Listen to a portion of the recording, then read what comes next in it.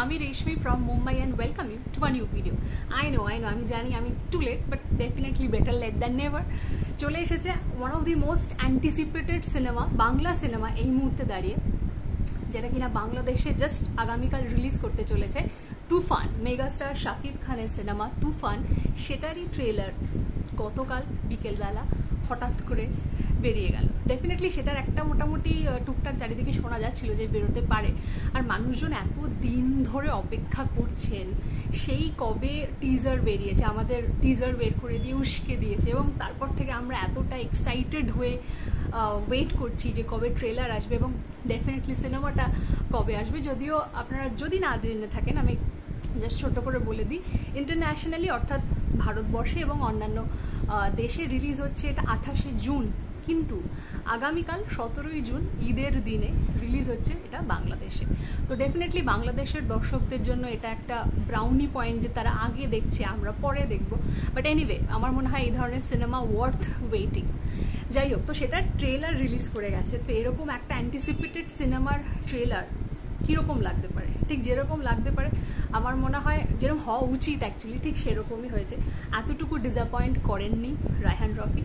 গত বছর এই সময় আমরা অন্য একটা সিনেমা নিয়ে প্রচণ্ড এক্সাইটেড ছিলাম, এবং এটাও আমার মনে হয় না এর থেকে মানে কোনো অংশে কম।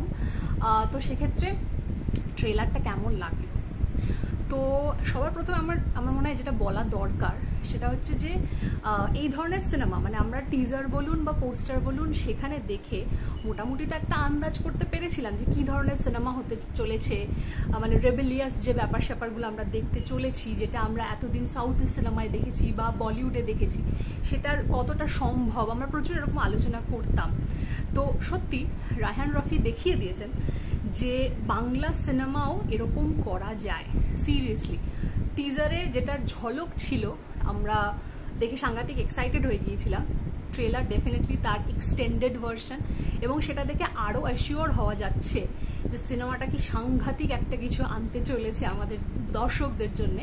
এবং ডেফিনেটলি সিনেমার আমার মনে হয় ওয়ান অফ দি ইউএসপিজ সেটা হচ্ছে এটা ডায়লগ, সংলাপ।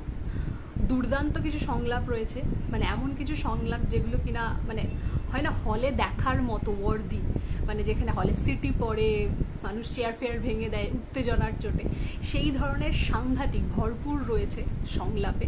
এবং ডেফিনেটলি শাকিব খানকে যেভাবে ইন্ট্রোডিউস করানো হয়, তাকে যেভাবে বলা হয় যে তিনি মানুষ নন, তিনি পশুও নন, তিনি রাক্ষস, অ্যান্ড দ্য ওয়ে এই ডায়লগটা আসে, তাকে ইন্ট্রোডিউস করা হয়, তার জেস্চার, তার এন্ট্রি, তার হাঁটা চলা, আদব কায়দা, এবং ডেফিনেটলি অল্প ছোট পোর্শনে আমরা মিমিকেও দেখতে পারি, তাকেও দুর্দান্ত লাগছে দেখতে, প্রচণ্ড গর্জাস লাগছে।